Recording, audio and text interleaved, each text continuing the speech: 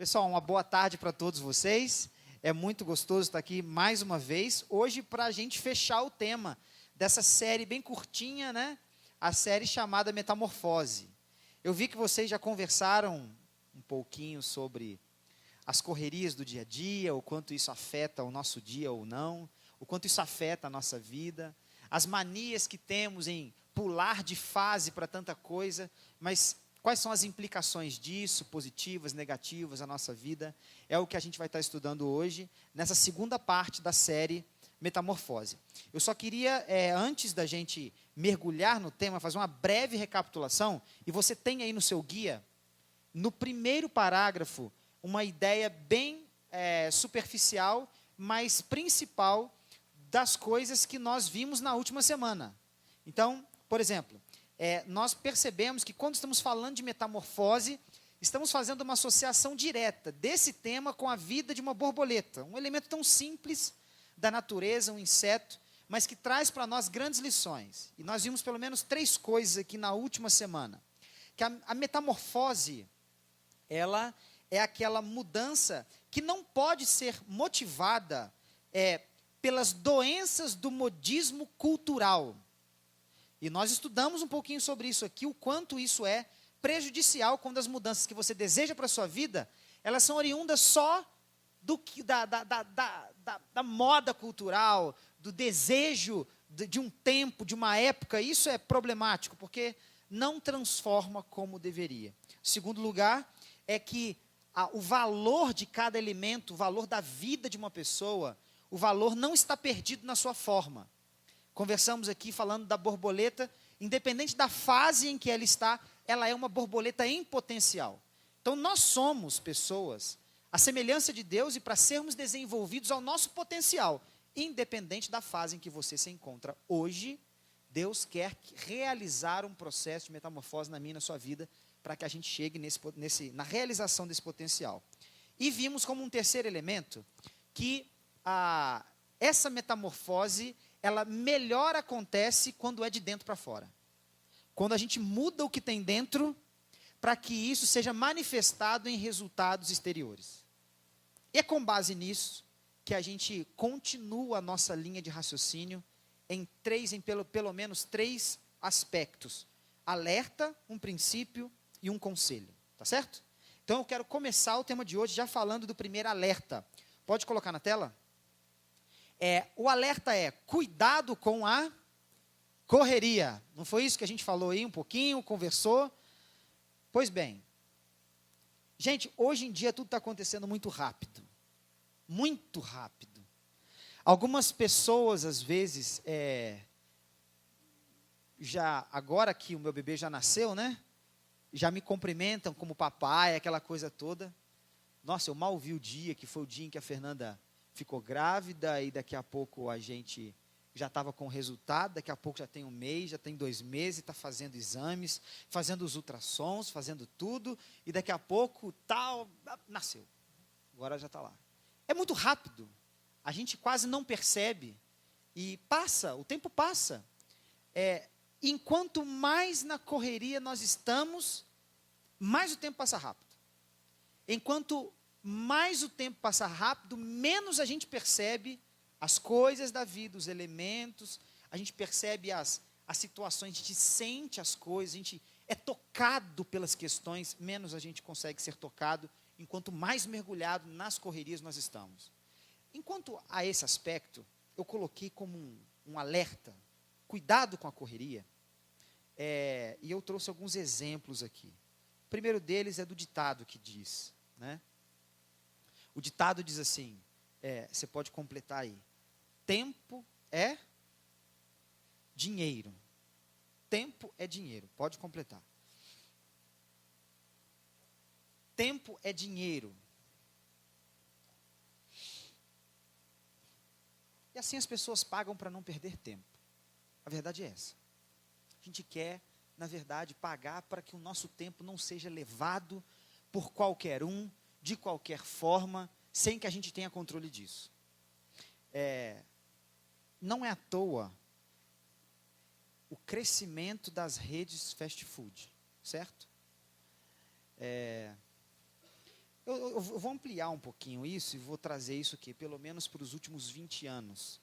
O que você via de redes fast food, pelo menos as variedades delas, de 20 anos atrás para hoje, é uma variedade muito grande.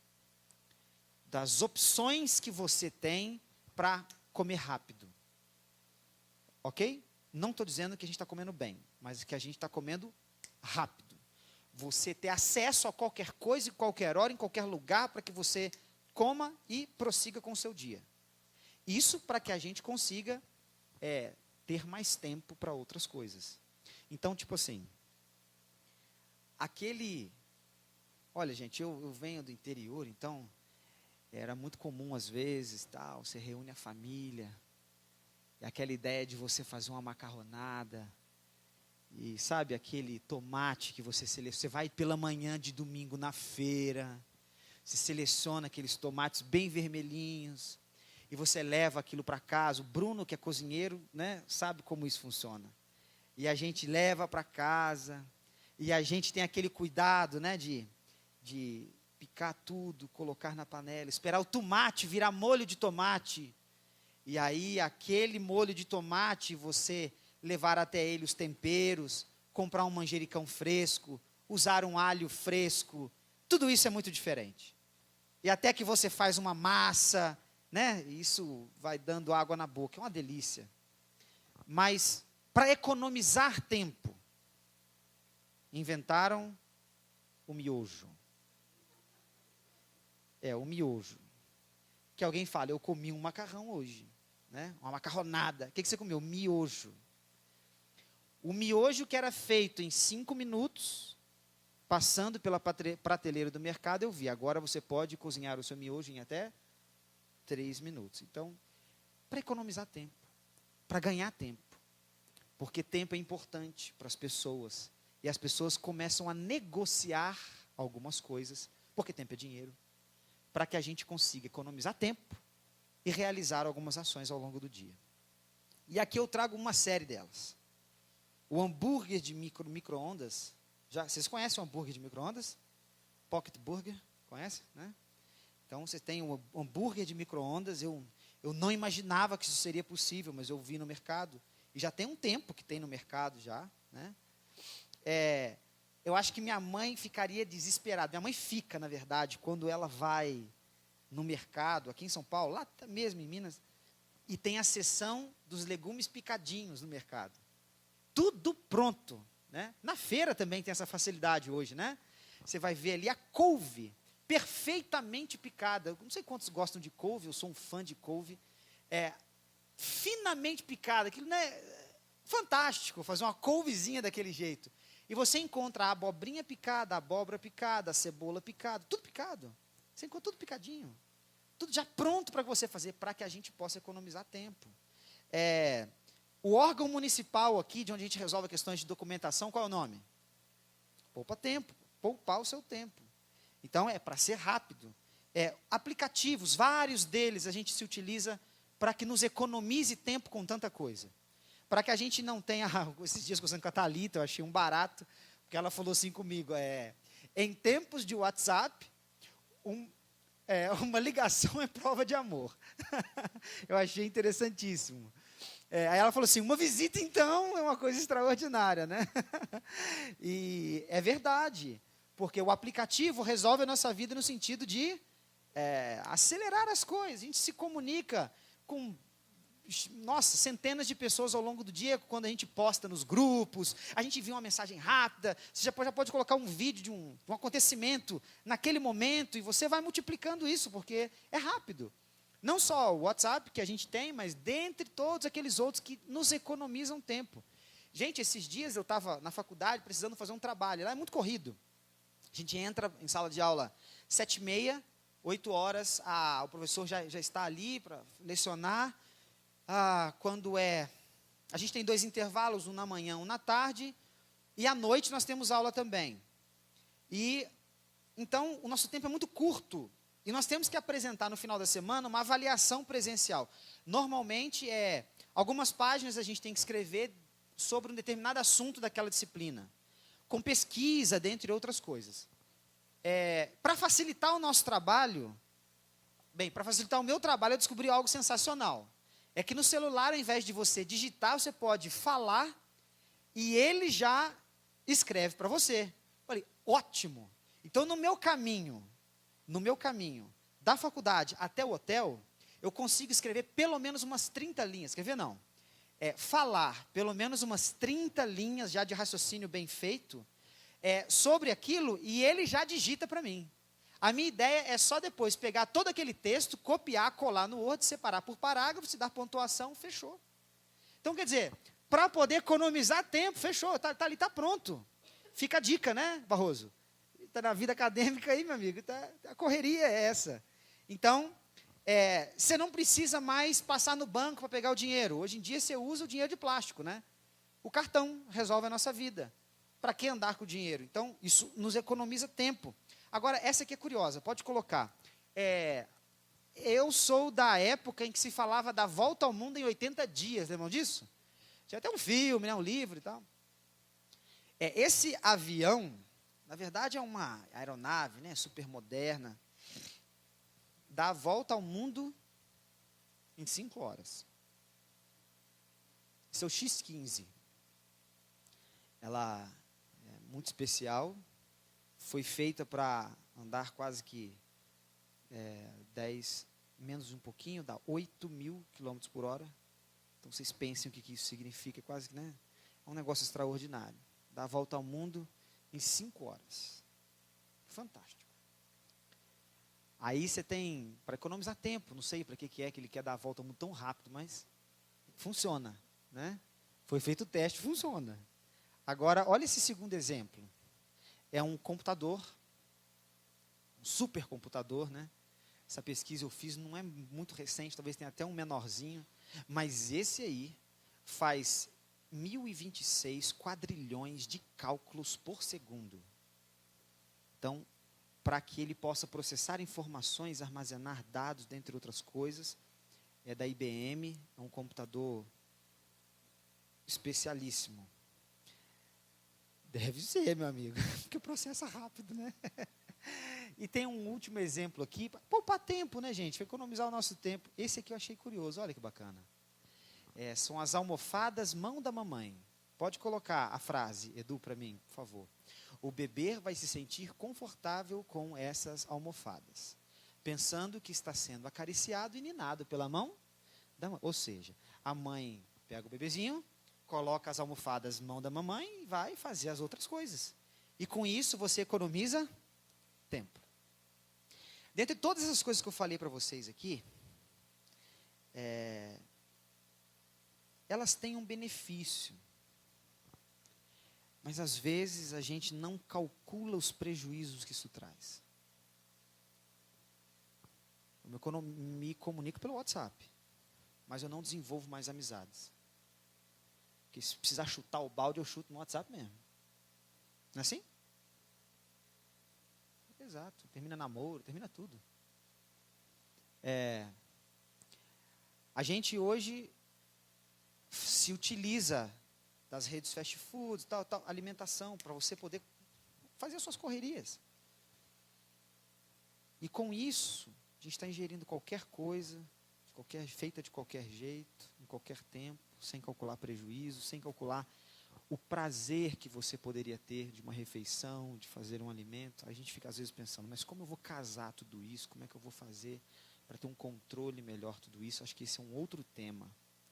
Mas o fato é que a gente tem que ser crítico para a forma como a gente tem lidado com o nosso tempo, ou a maneira como nós temos economizado tempo. Isso tem nos criado um benefício, ter mais tempo. Mas sabe para quê? Para gastá-lo. Não é ter mais tempo para você mesmo.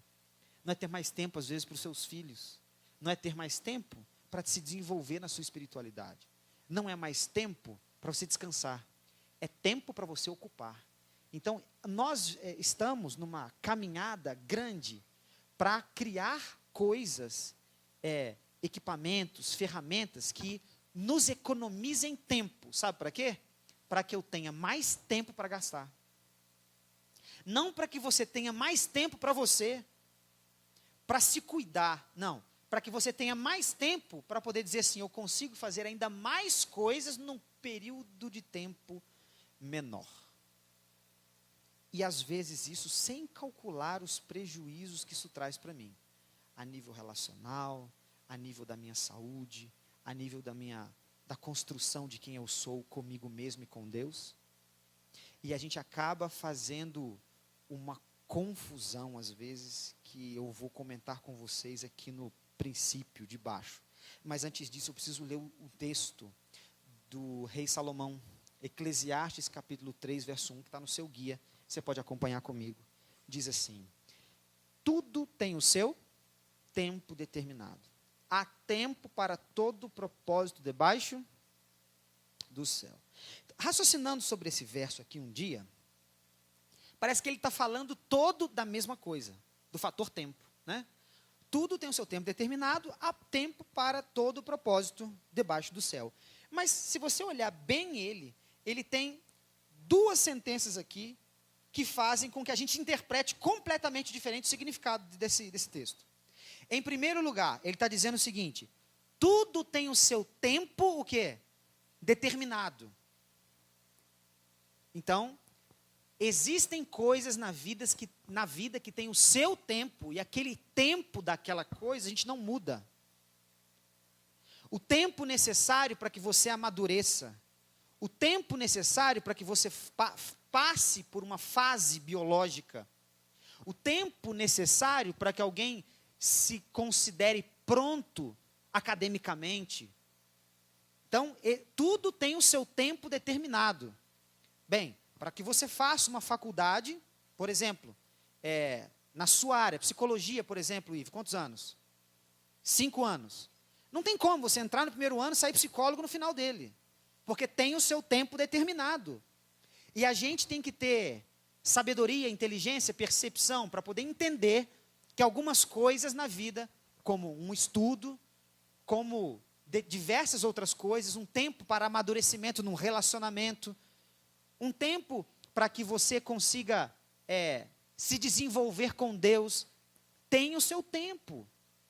Mas, como nós estamos tão habituados a acelerar as coisas, ou a gente está tão habituado com a correria, a gente acaba perdendo a paciência, se tornando homens e mulheres impacientes para observar, perceber e participar do tempo que cada coisa tem. A segunda coisa que está escrita nesse verso é o seguinte, que ao mesmo tempo que tudo tem o seu tempo determinado, olha só o que diz depois da vírgula: há tempo para todo o propósito debaixo do céu. Então, ao mesmo tempo que você vai encontrar um tempo determinado nas coisas para que elas se realizem, também há tempo para os seus projetos. Você vai encontrar tempo para poder se realizar, construir o que você quer, se formar, para você poder conquistar algumas coisas, para você poder obter êxito em outras coisas, para você poder realizar os seus planos. Então, ao mesmo tempo que as coisas têm ali o seu período para que elas se tornem maduras, você vai ter tempo ao longo disso, ao longo dessa fase, para poder realizar quantas coisas você quiser, desde que você respeite o tempo das coisas. Aí Salomão vem trazendo uma lista imensa. Há tempo de viver, tempo de morrer, tempo de matar, tempo de colher, tem tudo. Tem tempo para todo propósito, todo plano que você tiver, você vai ter tempo. Algumas pessoas caminham desesperadas, que falam assim: não vai dar tempo. Não vai dar tempo de eu conquistar, não vai dar tempo de eu fazer, não vai dar tempo de eu chegar. Calma, há tempo para todas as coisas, e a gente precisa ser organizado nisso. Mas não tente acelerar demais as coisas que já têm um tempo determinado. Senão nós seremos precoces. Nós seremos pessoas imaturas tratando de determinados assuntos. Nós não teremos maturidade física, algumas vezes emocional, algumas vezes espiritual, para poder tratar de determinadas coisas. Conseguiram perceber essa diferença? É por isso que existe o alerta: cuidado com a correria. Não deixa isso, a correria do dia a dia, fazer com que você perca a essência do que Deus separou de melhor para mim e para você. E eu estou falando disso em questões agora espirituais. Assim como uma borboleta tem o tempo determinado dela, não adianta ela ser ovo e querer se transformar em borboleta. Não adianta. As fases estão claras e existe um tempo determinado para que elas participe de cada fase da vida dela. E assim é comigo e com você na espiritualidade. A nossa espiritualidade tem fases, e eu vou falar sobre isso no segundo ponto aqui. E outra coisa, vai haver tempo para aquela borboleta cumprir os seus objetivos. Os objetivos da sua vida, a sua reprodução, a sua alimentação. Assim como haverá tempo para que eu e você façamos qualquer coisa na vida, e na vida espiritual também tenhamos as nossas realizações. O segundo ponto fala assim, é um princípio. Toda mudança tem um processo. Toda mudança tem um processo. E eu quero que você pegue isso para você. Olha essa segunda frase. A borboleta, ela passa por isso, por um processo. Pegue bem isso. Para se tornar. É isso mesmo? Para se tornar. Ela passa por um processo para se tornar o que nós gostamos de ver. Então, as fases, elas demandam tempo. O processo não para, não pode ser interrompido. Não há como ganhar tempo se existe um processo que eu tenho que cumprir. As fases que eu preciso caminhar. E a natureza, ela nos mostra isso. Pode colocar as gravuras. A gente tem uma primeira que você percebe. As luas, elas denotam que a natureza nos comunica fases, processo.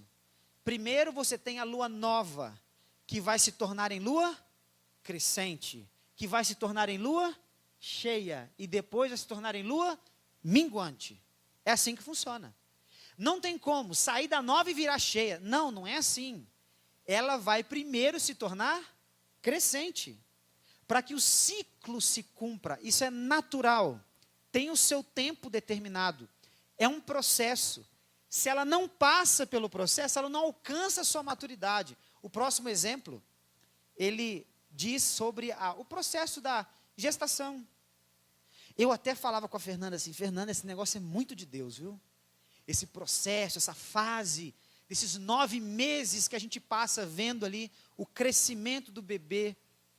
Porque, em primeiro lugar, dá a oportunidade da gente se acostumar com a ideia de que tem um ser sendo gerado, de que você, aí sabe aquela coisa de você, prepara o quarto, compra roupinha, faz não sei o quê, prepara isso, é chá de bebê, aquela coisa toda. Você vai caindo a ficha devagarinho, porque se tudo isso vem de uma vez só, é desesperador. É desesperador. E olha que há pessoas que mesmo passando por todo esse processo, em algum momento elas costumam ainda ter algumas reações emocionais muito fortes depois que o bebê nasce. Algumas entram em depressão profunda. Algumas pessoas têm crises. Por quê? Porque é uma mudança muito brusca. Se eu não respeito isso, porque tem o seu tempo determinado, eu não vou conseguir criar tempo para todo o propósito que eu tenho no futuro. Então eu tenho que respeitar o tempo determinado, porque existe um processo. Existe um outro exemplo ainda, pode colocar. Veja só as estações do ano. Primeiro, não sei qual delas que é a primeira. Tem alguma que é a primeira? Vamos pegar uma para ser a primeira, né? Qual que é aquela primeira ali? Primavera. Depois da primavera, depois, inverno. É assim que funciona. Isso é uma fase, é um ciclo.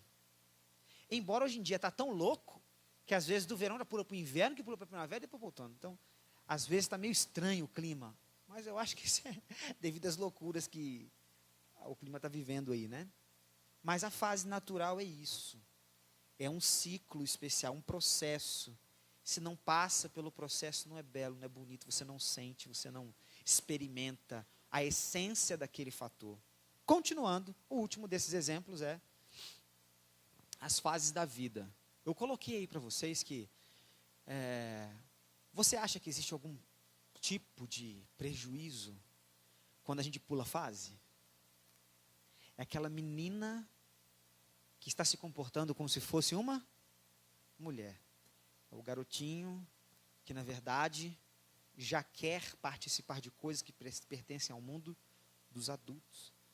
É alguém que não obtém um conhecimento, que está ali imaturo ainda em determinadas disciplinas da vida ou ciências, querendo ser alguma coisa lá na frente que não é, que nunca viu, que não sabe como funciona.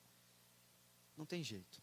As fases da vida foram separadas para serem vividas profundamente, porque elas têm uma importância no processo da formação, no processo de te fazer completo, te fazer melhor. Dá uma olhadinha aí no texto. Aqui diz assim, a Bíblia ela traz para a gente a ideia de que a espiritualidade, gente, ela é um processo.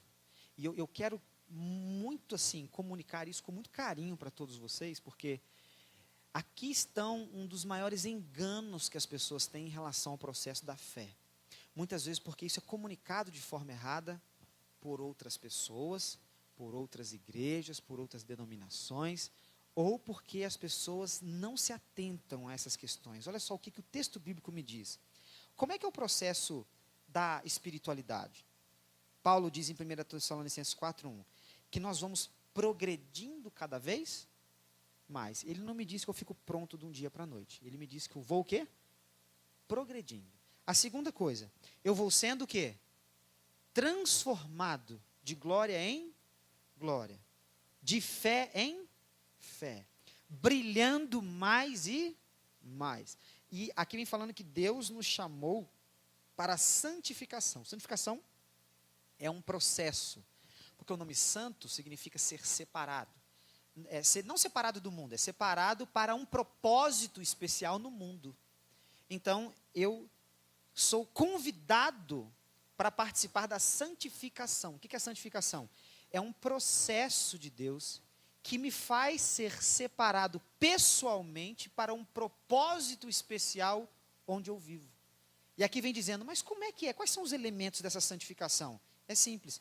A vontade de Deus é a nossa santificação. Em primeiro lugar, Ele quer que nós sejamos parte de um processo de melhoria espiritual. E em segundo lugar, a vontade dEle é o próprio elemento do processo de santificação. Enquanto nessa fase espiritual eu vou deixando Deus trabalhar na minha vida, eu vou permitindo que Ele faça a vontade dEle em mim. A minha vontade é deixada de lado e Ele vai fazer a vontade dEle em mim. Esse processo é necessário na espiritualidade. E aqui, gente, a gente tem um grande problema. É o problema que está no próximo parágrafo. No que diz respeito às questões espirituais, pode passar, a igreja não deve ser encarada como um lugar de transformação, de formação imediata, de transformação imediata. Podem completar. A igreja não deve ser encarada como um lugar de transformação imediata. Como eu disse para vocês, infelizmente, em algumas comunidades cristãs, isso é transmitido de uma maneira equivocada. Porque as pessoas encaram a igreja como se fosse uma máquina de refrigerante. Você coloca a sua moeda e Deus te abençoa embaixo. E isso não é verdade. Não é fato. Não existe. Não é a ideia de Deus. Deus, Ele não trata a sua igreja como se fosse uma lanchonete fast food, que você vem cá, se alimenta rapidamente e continua nas suas correrias da vida. Não adianta. Não vai matar fome, porque não é substancial.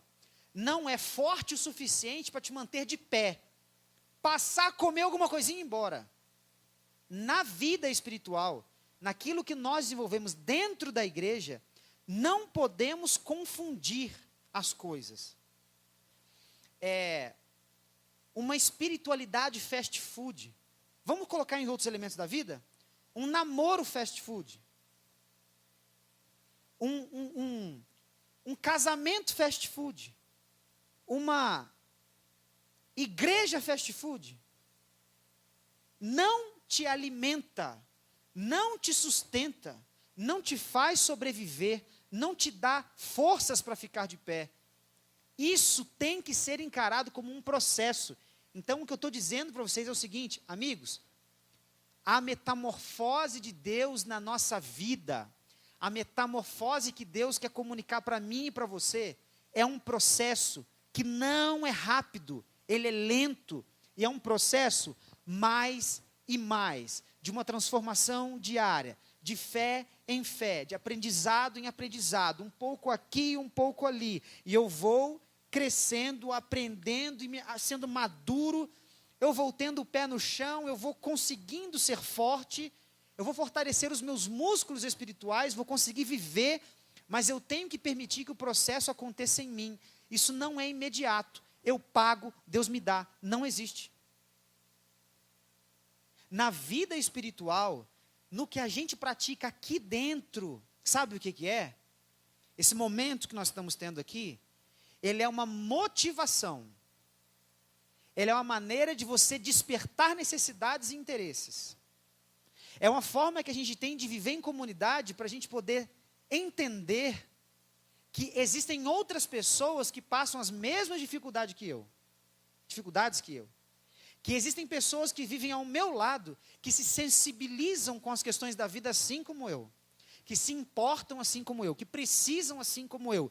Então, eu passo a não ser aquele ser que vive isoladamente, pensando assim, nossa, eu sou o pior dos seres, eu não vou conseguir nada. Não, porque todos nós compartilhamos das mesmas necessidades espirituais. E eu digo para você uma coisa. Nós estamos aqui para um despertar, para uma motivação. E o que vai fazer com que você tenha a substância, a sensibilidade, a percepção, vão ser duas coisas. Você vai ter que se permitir entrar nesse processo de metamorfose que Deus te oferece.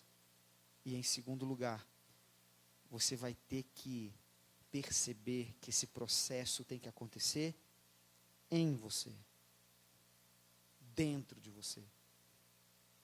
Então sai daqui, ele precisa continuar amanhã cedo. Tem que continuar amanhã quando você abrir os seus olhos. Essa busca não acaba aqui. Ela, na verdade, continua para o resto da vida. E eu entro agora no último ponto. Só é completo quando chega no fim. Simples assim. Só é completo quando chega no fim. Quando a transformação acontece, ela acontece num estado de melhoria. Ela sai do pior, vai para o melhor. Dá uma olhadinha nessas fotos aqui, ó. O que é isso aí? Isso é uma lagarta, né? Essa ainda é, gente, uma lagarta bonitinha. Porque tiraram até foto dela, né? Que, na verdade, eu já vi muita lagarta, mas elas eram muito feias. Terríveis. Essa deve ser americana, deve ser uma coisa bem assim importada, né? Porque essa ainda é bonitinha. Mesmo assim, se um bichinho desse estivesse caminhando na sua mesa, dificilmente, né, a gente não ficaria cheio de e alguém talvez ia matar. Mas uma lagarta é isso aí. Agora, olha só o que ela se transforma. Beleza, aí, ó. Olha que coisa boa. É nisso que ela se transforma. Ou seja, eu vou ler aqui, porque eu gosto dessas palavras que estão escritas aqui. Existe uma evidência de que houve mudança. O que se arrastava, agora voa. Era feio, mas agora é lindo. Se antes as pessoas desprezavam, agora elas admiram. Se comiam folhas, agora se delicia com o néctar das flores. E assim vai. O caso da metamorfose do poeta romano Ovídio mostra como é frustrante não ter uma mudança completa. Então deixa eu contar essa historinha para vocês. Um dia, quando eu estava pesquisando sobre esse tema da metamorfose, eu me deparei com esse poeta. Isso não é comum de eu ler, e talvez não sei se é comum de todo mundo ler. Mas eu, como estava fazendo uma pesquisa da palavra metamorfose, me apareceu o trabalho de um pós-doutor em literatura antiga, e ele é de Belo Horizonte, se não me falha a memória. O nome dele é Raimundo... Vai ter o nome dele daqui a pouco na tela. Raimundo alguma coisa. Ele fez um trabalho de tradução das obras de Ovídio. Ovídio foi um poeta romano que viveu, acho que no ano 46 antes de Cristo. Ele viveu 54, viveu 64 anos. Então, algumas coisas me chamaram bastante atenção quando eu li a obra daquele doutor. Porque ele fez um trabalho, em primeiro lugar, de tradução da obra de Ovídio. E o título da obra de Ovídio era Metamorfose. E ele contava a história que Ovídio criou, porque, é claro, como Ovídio estava completamente mergulhado dentro de uma cultura romana, politeísta, Ovídio falava sobre o caso de relações amorosas entre deuses e seres humanos. E ele falava sobre como essas paixões elas eram tão intensas, ao ponto de fazer com que alguns desses deuses se transformassem em pessoas ou em objetos, para que eles pudessem continuar o seu relacionamento aqui, no mundo dos humanos. Então, isso faz parte de toda uma cultura, de uma mentalidade grega, né, dualista, mas tudo bem. E algumas coisas me chamaram a atenção. Em primeiro lugar, o fato de Ovídio ter sido um contemporâneo de Cristo Jesus, que é uma figura muito lida por nós. Então, ele foi, os primeiros 18 anos da vida dele, um contemporâneo de Jesus. Os 18 anos últimos de sua vida, foram os primeiros 18 anos da vida de Jesus. Então, ele foi um contemporâneo. Em segundo lugar, é que a obra dele fala de muitas coisas que se assemelham ao que a Bíblia nos conta sobre o processo da origem do mal, que houve um processo de erro, uma desobediência, fala sobre um ser maldoso, supremo, que domina todo esse processo de maldade, fala sobre um Deus que vem à terra para salvar os seres, porque os ama, toda aquela coisa de identificação que eu acabei fazendo do texto. E o título da própria obra sendo Metamorfose. Aí eu achei interessante o seguinte, é que há um trecho do capítulo dele que até conta uma história de um Deus que se apaixona por uma mulher, e esse Deus, ele resolve, porque aquela paixão era muito profunda, vir até a terra, mas quando ele vem à terra, ele se transforma em uma árvore. E acontece que as árvores aqui, elas vivem centenas de anos. E aquela mulher, brevemente, ou seja, ele não pôde participar de um bom período de relacionamento com ela, porque ela veio a morrer. E ele, como árvore, ficou condenado a estar ali estático, a ser cortado algumas vezes, a ser vítima de relâmpagos, porque não podia mais estar na presença dela e ficou fadado a ser uma árvore até que aquela árvore viesse a morrer e ele pudesse voltar para o seu mundo, o mundo dos deuses. Então ele fala de uma tragédia, amor e etc. Eu achei super interessante a conclusão que o autor fez da sua obra. Eu quero colocar ali para vocês. Ele diz assim, Raimundo Carvalho, ele diz assim, o detalhe trágico é que a transformação corporal não se segue de uma transformação na consciência do ser transformado. Havia em todo aquele processo de metamorfose, falado por Ovídio, uma expectativa de que as mudanças fossem boas. Mas aquele indivíduo, ao analisar aquela obra literária, ele diz assim, não era bom. Porque, embora eles mudassem, a cabeça deles não mudava. Interiormente, eles não mudavam. Havia uma metamorfose, mas que não promovia a mudança completa, a mudança que vem de dentro para fora. Uma mudança que ela é completa no seu propósito, na sua realização, porque aqueles deuses todos se frustravam. Todos se frustravam em suas paixões entre deuses e homens. E aqui vem para mim uma lição super interessante, porque quando eu olho para o que Paulo fala em Romanos 12, ele fala assim: você quer ter uma mudança completa na sua vida, ao ponto de você sair de um lugar e chegar a outro melhor? E agora vamos trazer para a espiritualidade. Você quer ter alguma mudança especial na sua vida espiritual? Está longe da espiritualidade desejada, não está naquele nível que você gostaria. Então, olha as dicas de Paulo. Em Romanos 12, verso 2, ele diz assim: transformai-vos, ou na verdade a melhor tradução que vimos na última semana é: sejam transformados pela renovação da nossa mente. Em segundo lugar, sejam transformados na ocupação dos nossos pensamentos. Sejamos transformados tendo todos um quê? Novo coração. Também sendo cada um de nós novo homem. Tendo cada um de nós pensamentos, sentimentos e um corpo transformado.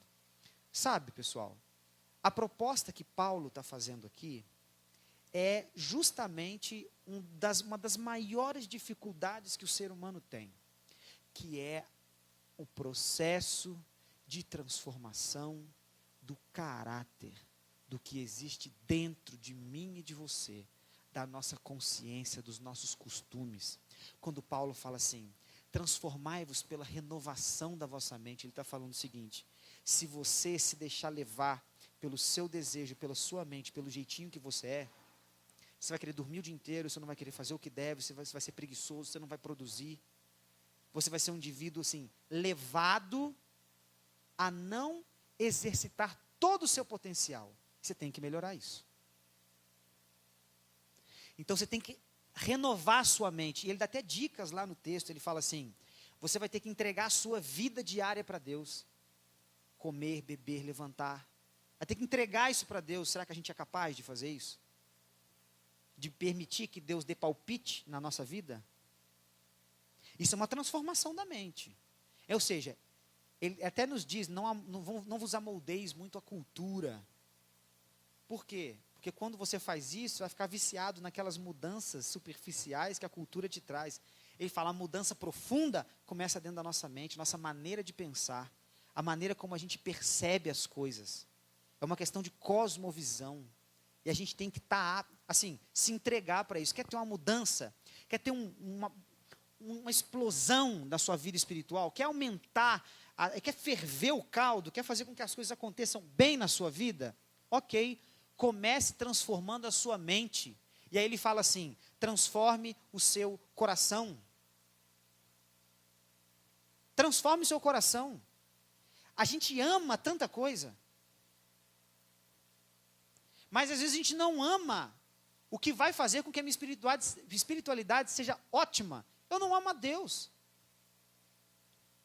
Então comece a estar com Deus, perceber Deus, conhecer Deus, para você desenvolver amor por Ele e isso dominar a tua espiritualidade. Ele fala assim, pela ocupação dos seus pensamentos. Quem lê esse texto depois em casa, Filipenses 4, verso 8, lá diz o que deve ocupar a minha e a sua mente, os nossos pensamentos. Tudo que é bom, tudo que é puro, tudo que é amável, tudo que é de boa fama, e assim vai. Nisto pensai. O que está se passando pela sua cabeça agora? Ou quando você sair daqui, quais são as coisas que vão dominar a sua mente? As coisas de sempre. Se eu quero ter uma espiritualidade melhor, eu tenho que colocar o que eu penso, o meu gosto, a minha vida, eu tenho que colocar nas mãos de Deus e falar assim: Senhor, me ajuda a peneirar isso aqui. Essa semana eu ouvi uma frase interessantíssima de um ex-professor meu. Hoje ele é diretor do Centro de Pesquisa, do Instituto de Pesquisa Bíblica Mundial da Igreja Adventista. O nome dele é Elias Brasil. E ele disse o seguinte, essa semana, no seminário que eu ouvi com ele. Algumas pessoas, às vezes, falam assim: eu tenho que ler a Bíblia, mas, olha, eu não consigo decorar muita coisa, eu não consigo reter nada, eu não consigo, não retenho, não fica na cabeça. Ele falou assim: ok, um exemplo bem prático. Vamos imaginar que a Bíblia é uma água pura, tá certo? E a sua mente é uma peneira. Se aquela água é pura, não é poluída, quando ela passa pela peneira, retém alguma coisa? Não. Mas qual é a vantagem nisso então? É que pelo menos você vai manter a peneira da sua mente limpa. Pelo menos a sua peneirinha fica limpa. Se eu deixo água pura passar, pelo menos limpa ela fica. Não acumula poeira, não vai ficar suja, ela vai continuar limpa, nova. Então, se você é alguém que lê e não retém nada, bem, sua mente está pura, sua mente está limpa, porque você está pensando em coisa boa.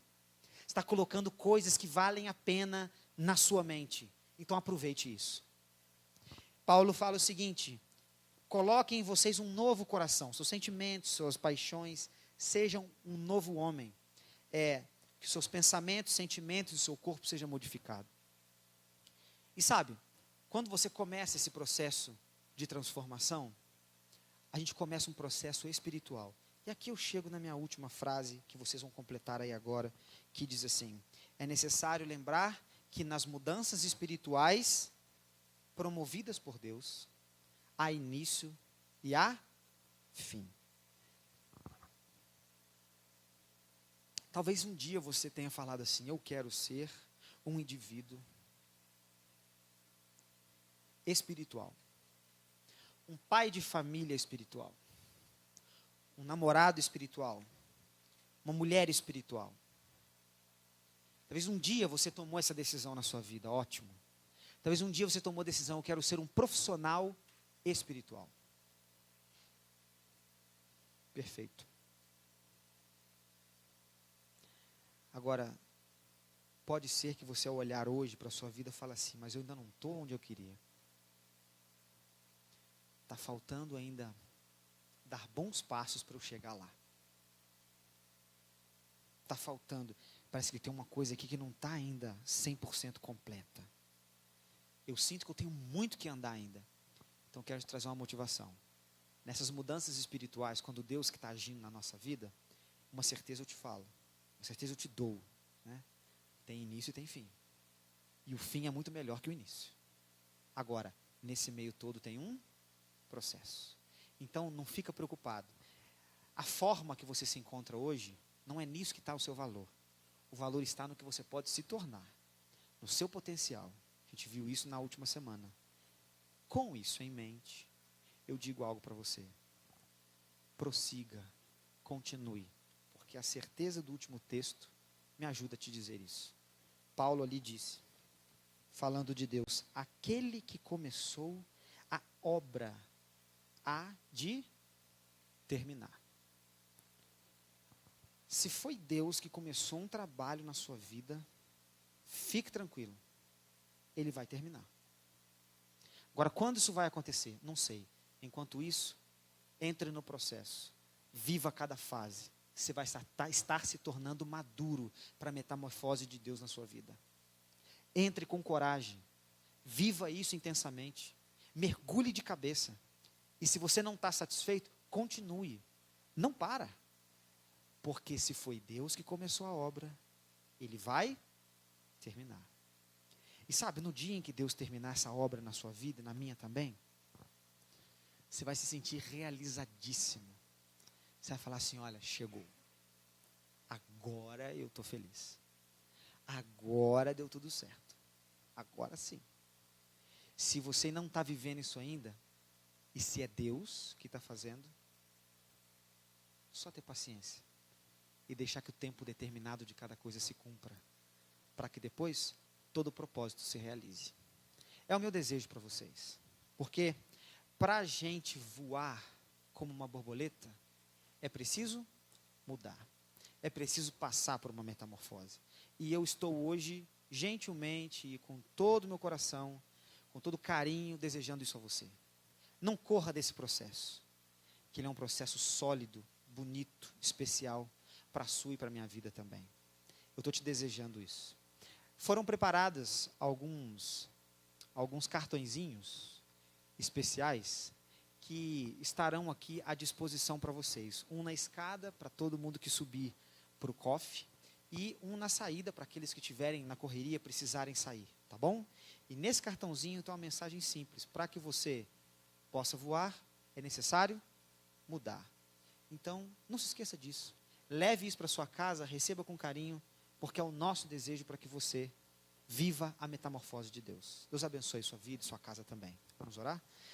Santo Deus, temos uma mudança a viver, que o Senhor nos ajude, para que as correrias do dia a dia não nos atrapalhem nesse processo. Para que nós consigamos viver isso, cada fase do processo na sua importância, para que nos tornemos maduros segundo os teus planos. E, Senhor, que nós possamos chegar ao fim. A obra que o Senhor começou, que seja terminada. Alguns de nós, ó Deus, talvez precisamos hoje, agora, de um milagre na nossa vida, para que possamos nos sentir mais felizes e confortáveis. E nós cremos que o Senhor é poderoso para isso. Alguns de nós podem estar precisando, ó Deus, de sabedoria para uma decisão difícil. Que o Senhor nos conceda, ó Deus, porque estamos no teu processo e queremos tuas bênçãos também. Talvez alguns de nós estejam precisando aqui de ânimo, uma centelha de vida, uma chama quente no seu coração. Que o Senhor nos entregue isso, segundo a tua vontade. E, ó Deus, todas essas coisas nós pedimos para que a mudança, a metamorfose que o Senhor tem para a nossa vida aconteça, para que possamos, mudando, voar como o Senhor planejou na vida de todos nós. Nos dê hoje tua paz, nos leve de volta para casa e que a nossa semana seja de mudanças profundas e mudanças constantes, sólidas, em nome de Jesus. Amém. Que Deus abençoe a cada um de vocês. Temos agora o coffee lá no andar de cima, todos estão convidados e até o nosso próximo encontro.